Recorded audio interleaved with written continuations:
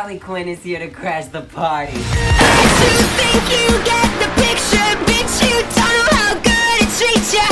It feels good to be back. Oh wait, I forgot copyrighted music is a thing. Well, the old film crew Halloween theme is pretty good too.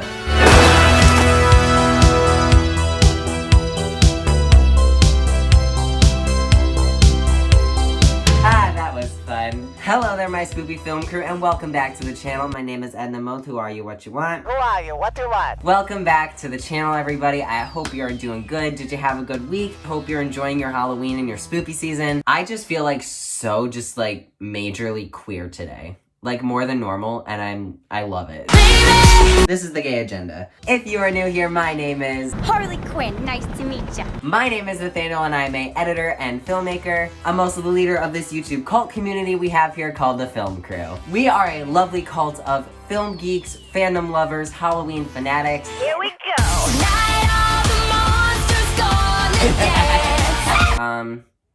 We do like murders, but like only against like bad people. This is the third episode of Film Crew Halloween, which is our annual Halloween celebration. All month long, it is Horror Movie Central over here. So if you love Halloween as much as we do, make sure you are subscribed so that way you can join the Film Crew. And if you don't, okay, but Harley's bazooka might have to make you change your mind. Okay, today we are talking about Friday the 13th, part 2. We're not gonna do the first one, we're just gonna skip over it. We're gonna go right to Jason and all of his machete murdering antics. Now in this one, Jason does not have the iconic hockey mask. It's a very different look for him, but also today's also a very different look for me, so we're going with it. Today, my costume is Miss Harleen Quinzel, because what better day to dress up as an iconic psycho killer than on a day we are talking about a movie with an iconic psycho killer, right?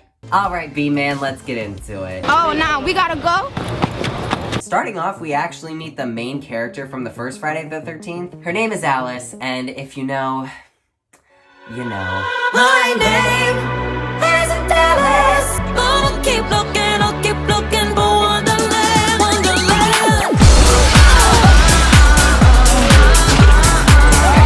So she's got some nightmares going on. She obviously, after almost being murdered, she's got some PTSD going on. And the movie actually gives us a quick flashback. So real quick, we're gonna teach the children and just do like a quick 30-second recap of the first one. Okay, so Alice is the sole survivor of the Camp Crystal Lake murders, who were committed by Mrs. Voorhees because her son Jason drowned in the lake because a couple camp counselors at the summer camp weren't watching, so he did. So she went on a killing spree to get revenge on camp counselors, and Alice straight up decapitated her. Stupid fucking dinosaur! Hope y'all kids were paying attention, that'll be on the quiz. So Alice is walking around her house. Get it? Again, I just feel so gay and queer today, like it's Halloween, it's gay Christmas. So Alice starts hearing some noise around her house. And now that the jump scare is over, she's all alone, she's in her house, and we're in the first 15 minutes of a horror movie. Of course she's safe, right?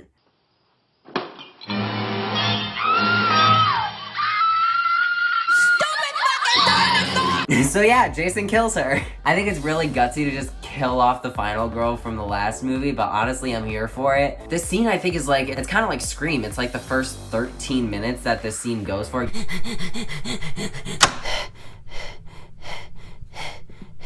Can you see me?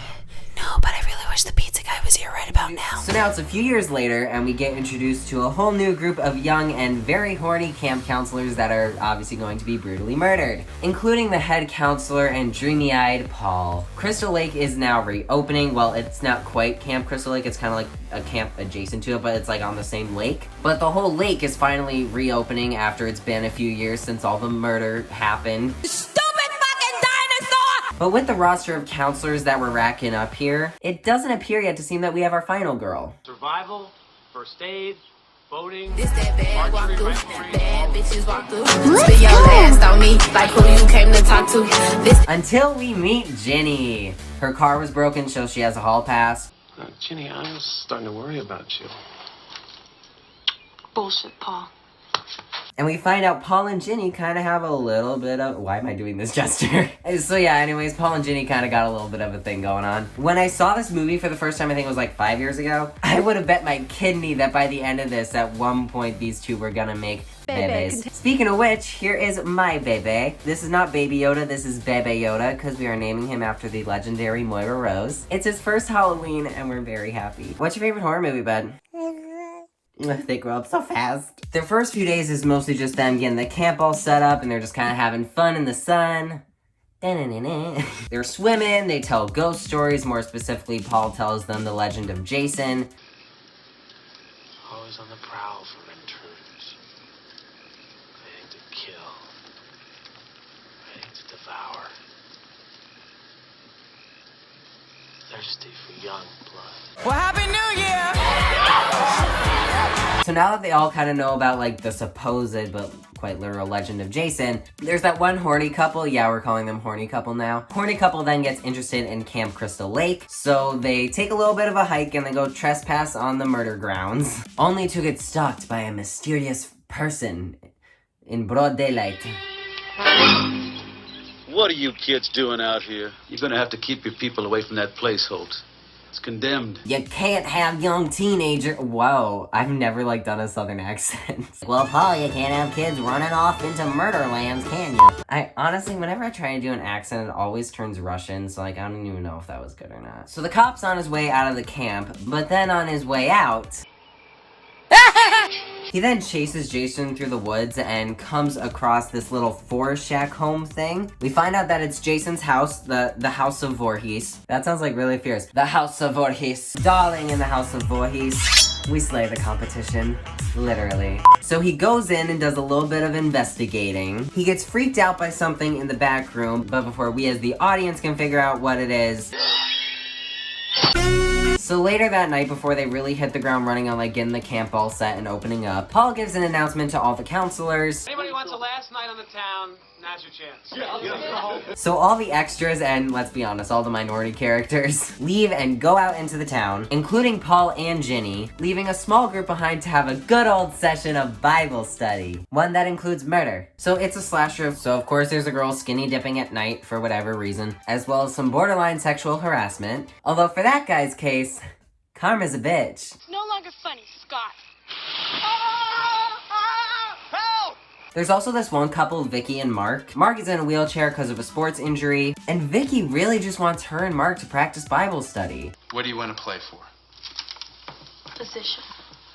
And when I say Bible study, I mean in the context of Vacation Bible School by Miss Aisha Radhika. Sometimes I wonder if you still wanna fuck me. So we get back to that one guy that was hanging in the tree. Where is she?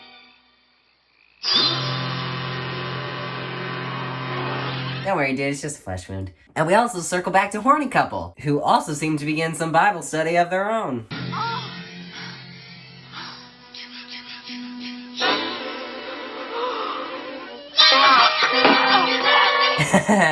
They dead. Meanwhile, Vicky heads out to go get ready for some smexy time with Mark, but Vicky's been gone for a while, so Mark goes to check things out. And Vicky comes back just in time to get our first look at Jason. It's really weird seeing have like the potato sack bag thing for the first mask, because the hockey mask is just so iconic, but that's the actual original Jason costume. And I think it's a cool look. I mean, it's not practical one bit whatsoever, but I actually really like it. And I like that they included it in Friday the 13th the game, which if you've never played that or seen anyone play it, it's a fun one.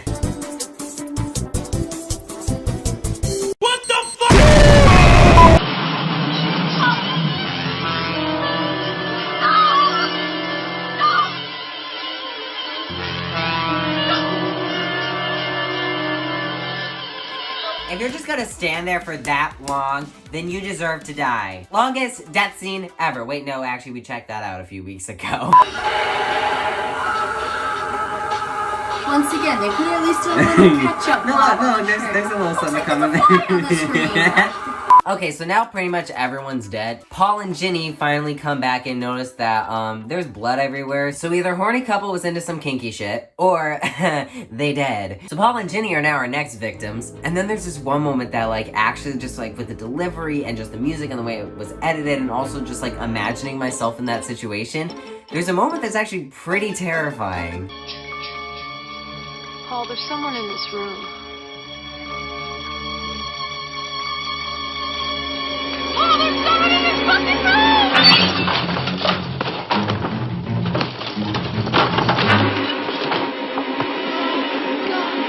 Ginny, sweetie, whenever I get mad at people, I always just bring out the bat. Why are you just standing there? Like, that's not gonna do shit. But right in the nick of time, she's able to kick it in. And then we begin our final girl circuit.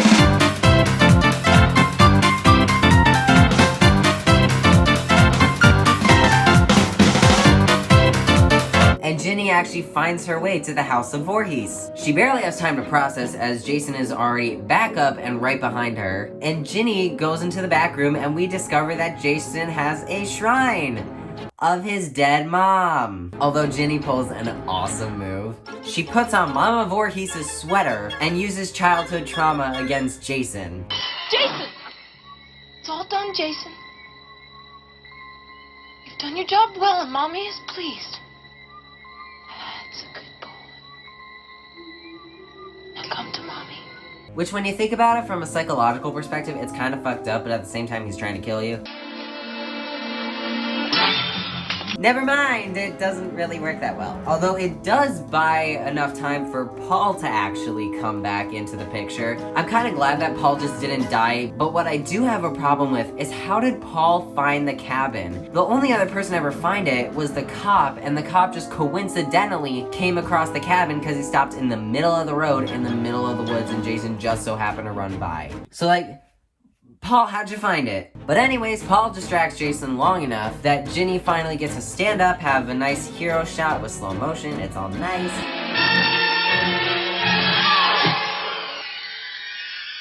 And she actually gets a nice hit on Jason, although you should always double tap the killer, but it's okay. This movie kind of came out when horror cliches, they were still developing. It seems like they're safe and it's all over. Paul carries Ginny back to the cabin, which is like, why is Paul getting the hero moment? He like really didn't do anything. But anyways, they think they're safe. Think they're safe.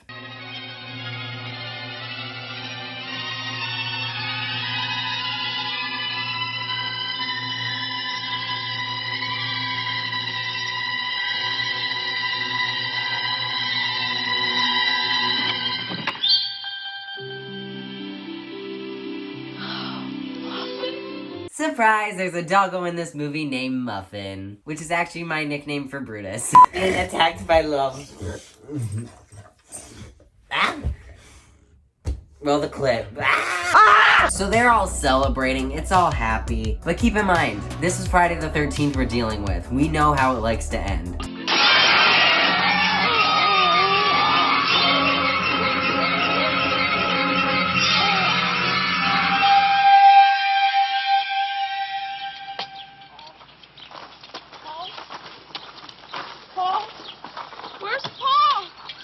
And that's where the movie ends. We don't know if Paul survived. It's been debated back and forth on the internet for years. We're not gonna argue it here. He totally survived. And overall, I really like this movie. I haven't seen it for a few years, so it was really fun to revisit it. And surprisingly enough, this movie's only an hour 20. I was very surprised. When Paul and Ginny came back, there was only like 20 minutes left in the movie. I always remembered like the ending sequence with Ginny at least being like a half hour long for some reason. I'm very excited to be filming this video. I'm very excited to talk about it, but I also feel like partially kind of frantic today, if I'm gonna be honest. I just want to take a moment and thank all of you guys. There was a little bit of a gap in Film Crew Halloween this year because my computer actually broke. Luckily enough, I was able to get a replacement from a family member. It took a lot of transfer over, all my editing and files and audios and all my music and everything. Literally all of my editing stuff these past few days have just been living on thumb drives and SD cards. I'm not here to complain about, I don't have a computer, because there's a lot of other shit in the world that we need to be concerned about right now. But I just want to take a second and say thank you guys so much for your patience. And I'm so happy that we're back in business, yeah! And also, I just want to say, over the course of Film Crew Halloween, I'm really happy that a lot of people have discovered the Film Crew. I'm gonna take these off saying, oh my god, jeez, it's bright. I just want to say a huge thank you to all the new people here who have discovered the Film Crew and this channel through Film Crew Halloween and all the stuff we're doing this month.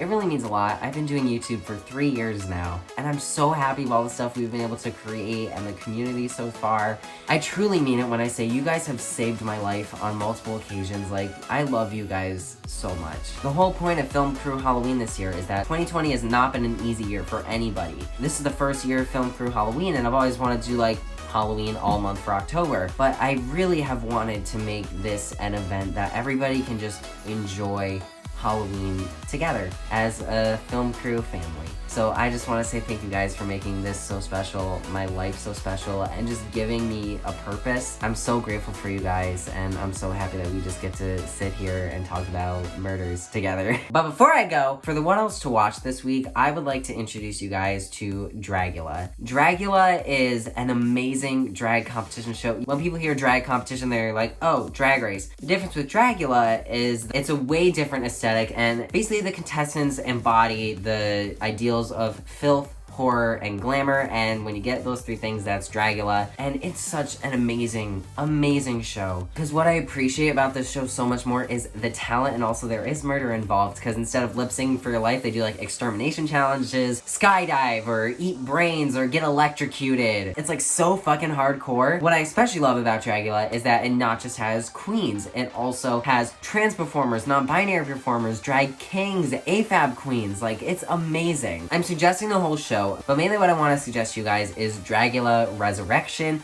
which is kind of like their season 3.5. They took 7 contestants throughout the first 3 seasons and had them compete in a 2-hour Halloween special this year. And whoever wins that, no spoilers, wins a spot on season 4. Whenever I watch Dragula, it always does this. But Dragula Resurrection, like the final lip sync that they did, like... First time in my life, I'm not afraid. First time I remember feeling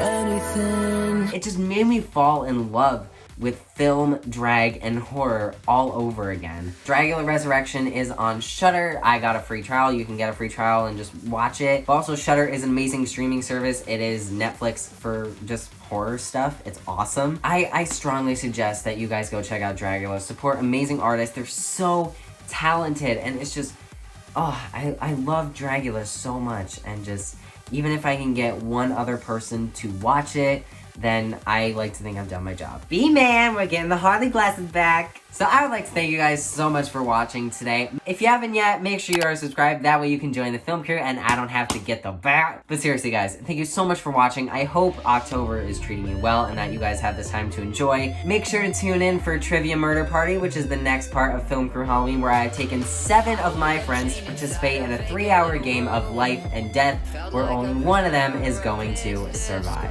And if you guys want to know more about it, you'll just have to watch the video. Have fun, have a great Halloween, stay safe, and just take care of yourself, guys. I love you so much. Oh wait, we have the bet today.